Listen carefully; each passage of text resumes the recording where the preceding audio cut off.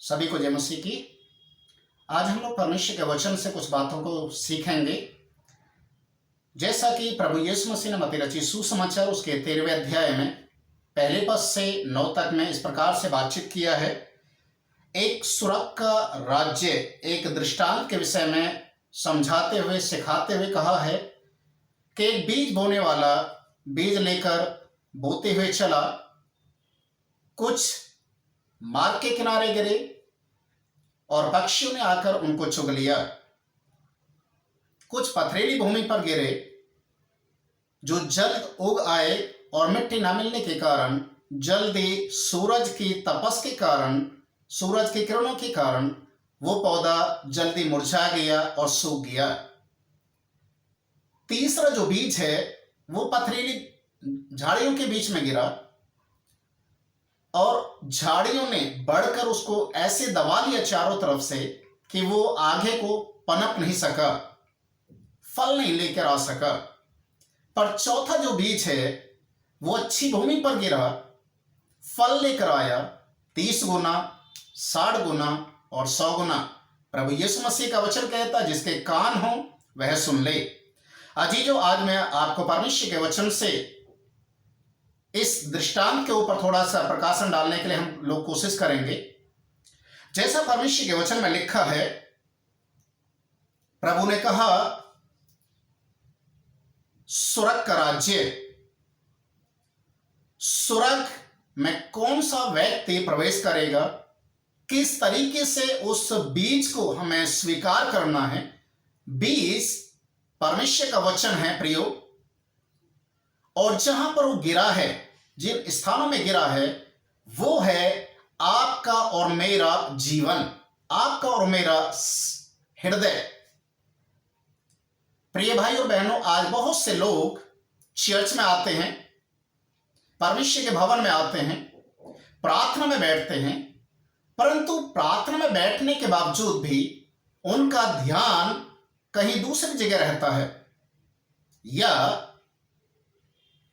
वो अपने कामों में इतने व्यस्त रहते हैं कि चर्च में बैठे हुए हैं, प्रभु के भवन में बैठे हुए हैं, परंतु उनके ध्यान में कुछ और ही विचार चलते रहते हैं। या तो सो जाएंगे चर्च में आकर, या मोबाइल खोलकर बैठ जाएंगे, या एक दूसरे से बातचीत करना शुरू कर देंगे। और जो परमेश्वर का वचन बोया जा रहा है, वो पक्षी जिसका जिक्र दृष्टांत में दिया गया है, वो पक्षी अर्थात शैतान उस बीज को, उस परमेश्वर के वचन को तुरंत ही उठा लेता है। अजीजों, वचन में लिखा हुआ है जो बीज बोया जा रहा है वो बीज उसके हृदय में नहीं जा रहा, बल्कि वो केवल सुन रहा है और शैतान उसको तुरंत ही उठाते हुए भी जा रहा है। और ऐसा व्यक्ति जब चर्च से बाहर जाता, अपने घर की ओर जाता है और उससे पूछा जाता है कि आज क्या सीखा, उसके पास कुछ भी नहीं है, खाली जैसे आया था वैसे ही खाली वो चला जाता है। और इसलिए परमेश्वर का वचन कहता है कि उसके जीवन के अंदर परमेश्वर का वचन कार्य नहीं कर पाता, और ऐसा व्यक्ति सालों साल चर्च में आने से भी, चर्च में जाने से भी उससे कोई फायदा नहीं है, क्योंकि परमेश्वर का कार्य उसके जीवन में नहीं हो रहा।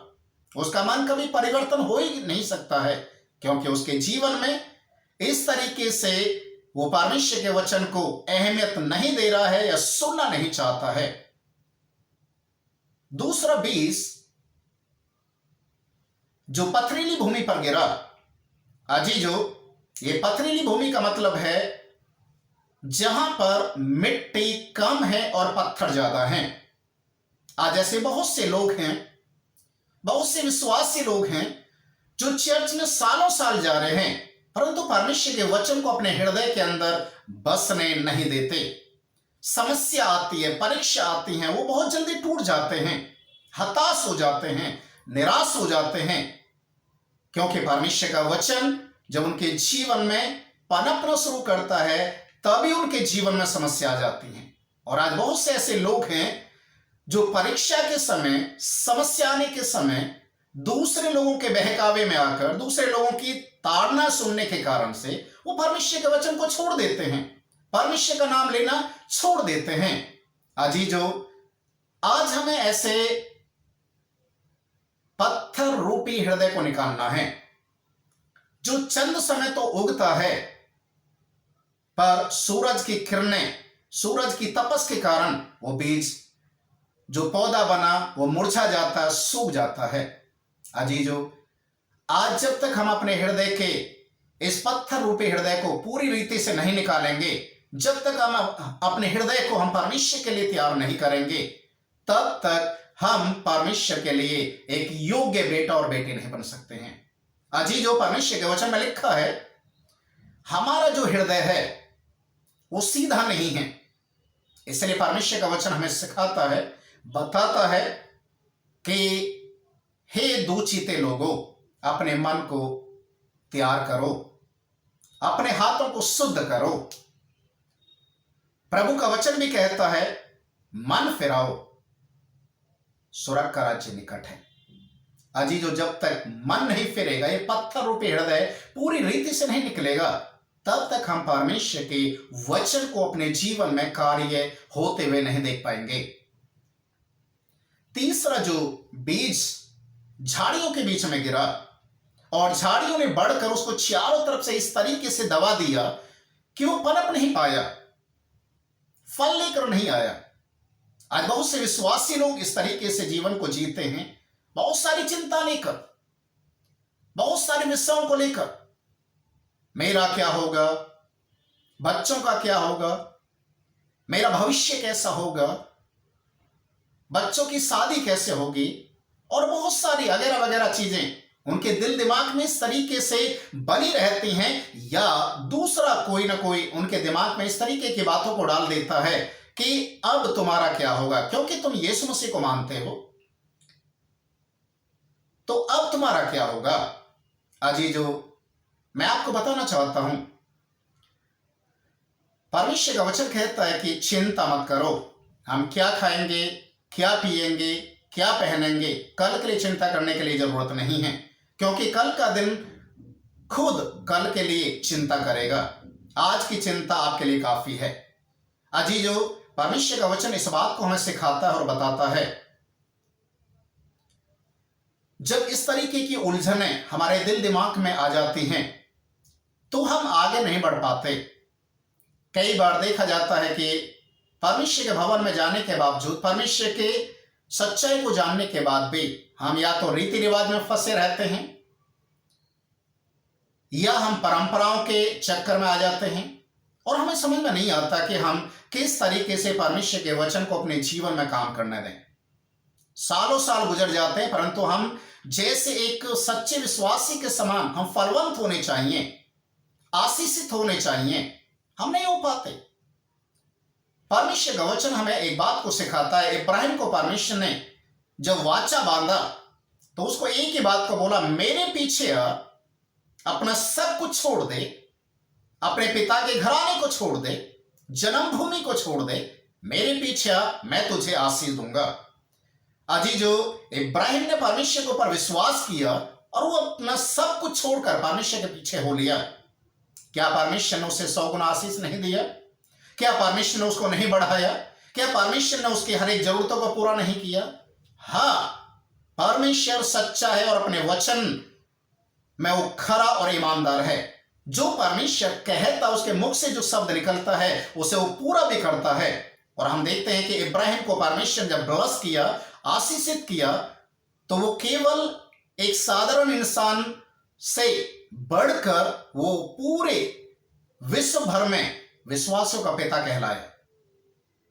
धन दौलत पैसे हर एक चीज से प्रभु ने उसको नवाजा, उसे आशीषित किया और वो बढ़ते हुए गया। आज बहुत से विश्वासी लोग हैं जो कर्जे में डूबे हुए हैं, समस्याओं में डूबे हुए हैं, बीमारी उनका पीछा नहीं छोड़ रही है, कहीं ना कहीं कुछ ना कुछ ऐसी चीजें उनके साथ में होती जा रही है, या तो एक्सीडेंट हो रहा है, या उनका चोरी हो रहा है, या पैसा फंस रहा है, या कुछ ना कुछ होते हुए जा रहा है। और हम लोग ये सारी चीजें होने के बावजूद भी समझ नहीं पाते हैं कि आखिर में ऐसा क्यों हो रहा है। हमें अपने आप को सुधारने की जरूरत है हमें अपने आप को तैयार करने की जरूरत है। जब तक ये झाड़ी हमारे जीवन से दूर नहीं होंगी प्रियो, हम कभी भी फलवंत नहीं हो पाएंगे। प्रभु यीशु मसीह ने इस प्रकार से कहा, जब उसके एक दृष्टांत में इस तरीके से कहा, एक व्यक्ति की 100 भेड़ें थी, उनमें से एक भेड़ खो गई और वो जब ढूंढने के लिए गया तो भेड़ झाड़ियों के बीच में फंसी हुई मिली। झाड़ियों का मतलब होता है मोह माया, झाड़ियों का मतलब होता है रीति रिवाज, झाड़ियों का मतलब होता है इधर उधर की बातों को अपने दिमाग में रखते हुए अपने घर में क्लेश करना या परमेश्वर के वचन के ऊपर उन चीजों को अहमियत देना। अजीजों, आज आप क्या कर रहे हैं? आज आप कहां हैं? क्या आपके जीवन में वो झाड़ी अभी भी बनी हुई हैं या आप उन झाड़ियों से बाहर आ रहे हैं? अजीजों, आज आपको समझना है, चौथा जो बीज है वो एक अच्छी भूमि पर गिरा। परमेश्वर का वचन कहता है, जब उसने सृष्टि का निर्माण किया और एक एक चीज को जब परमेश्वर ने बनाया तो एक ही बात को बोला, अच्छा है, अच्छा है। और परमेश्वर ने सब कुछ पूरी सच्चाई के साथ और परफेक्टली बनाया। आज हम जब परमेश्वर के वचन को देखते हैं, वचन में साफ लिखा है, तुम सत्य को जानोगे, सत्य तुम्हें स्वतंत्र करेगा। प्रियो, अच्छा बीज परमेश्वर ने जिस भूमि के अंदर डाला वो अच्छी भूमि निकली और फलवंत हुई, 30 गुना, 60 गुना, 100 गुना। ये वे विश्वासी दर्शाते हैं जो परमेश्वर के वचन को ईमानदारी से स्वीकार करते हैं, उपवास में भाग लेते हैं, उपवास रखते हैं, वचन डेली पढ़ते हैं, दान और दशवांश की चोरी नहीं करते हैं, परमेश्वर के वचन के लिए दूसरे लोगों के बीच में जाकर सिखाते भी हैं, जरूरतमंद लोगों की मदद भी करते हैं, कोई भी संडे चर्च में मिस नहीं करते हैं, और इस तरीके से वो परमेश्वर के वचन में लगातार बढ़ते जाते हैं, लगातार बढ़ते जाते हैं। और परमेश्वर का अनुग्रह से लोगों के ऊपर स्वर्ग से इस तरीके से प्रकट होना शुरू कर देता है कि परमेश्वर उनकी सारी जरूरतों को पूरा करता है और वो निरंतर परमेश्वर के आशीषों में बढ़ते हुए चले जाते हैं। अजीजों, आज आप और मैं, वचन में लिखा है, वचन जो बीज है वो परमेश्वर का स्वर्गीय वचन है। जिस जगह पर वो गिर रहा है वो आपका और मेरा हृदय है। जो बोने वाला है वो आज के समय में प्रभु का जन है। जैसे मैं आज आपको सिखा रहा हूं, मैं आपके बीच में उस बीज को बो रहा हूं। अब आपको चुनाव करना है कि आप किस तरीके के विश्वासी बनना चाहते हैं। परमेश्वर के वचन को लेकर चलना चाहते हैं, परमेश्वर के वचन में बने रहना चाहते हैं, या परमेश्वर से अलग होकर आप जीवन को जीना चाहते हैं। अजीजों, मुझे याद है इस साल जब हम परमेश्वर के वचन से 31 दिसंबर 2021 को सुन रहे थे तो परमेश्वर ने एक वचन, एक वादा हमसे किया, इस साल 2022 के लिए जो डाली मुझ में बनी रहेगी वो फलवंत होगी, पर जो डाली मुझ में बनी ना रहेगी वो काटी जाएगी और आग में जला दी जाएगी, क्योंकि तुम मुझसे अलग होकर कुछ भी नहीं कर सकते। अजीजों, ये वचन आज परमेश्वर के वचन के द्वारा पूरा हो रहा है। आज हमने देखा है कि किस तरीके से परमेश्वर अपने वचन के द्वारा चेतावनी देता है, जो प्रभु में बना हुआ, जो परमेश्वर के वचन में बना हुआ है, आशीषित केवल वही है। इसलिए आपको चुनाव करना है, आपको देखना है कि आप क्या परमेश्वर के वचन के अनुसार सही चल रहे हैं या परमेश्वर के वचन को आप मजाकों में ले रहे हैं। अजीजों, आज बहुत से विश्वासी हैं जो बाइबल को हाथ नहीं लगाते हैं। आज बहुत से विश्वासी हैं जो कभी दान दशवांश नहीं डालते। आज बहुत से विश्वासी हैं जो कभी उपवास रखते नहीं है। उपवास वाले दिन वो ज्यादा से ज्यादा खाना खाते हैं। इसलिए परमेश्वर का वचन कहता है हमें सावधान होने की जरूरत है, हमें अपने आप को तैयार करने की जरूरत है कि क्या हम प्रभु के योग्य हैं, क्या हमने परमेश्वर के वचन को उस तरीके से अपने जीवन में लिया है जैसा परमेश्वर का वचन हमें सिखाता है। अजीजों, आज एक अच्छी भूमि बन जाएं, एक अच्छे विश्वासी बन जाएं और वचन के अनुसार आप फल लेकर आए। परमेश्वर के वचन में बने रहें। दुख आए, समस्याएं, परीक्षाएं, कुछ भी आ जाए, परमेश्वर के वचन में बने रहें। प्रभु आपको आशीष करे। जय मसीह।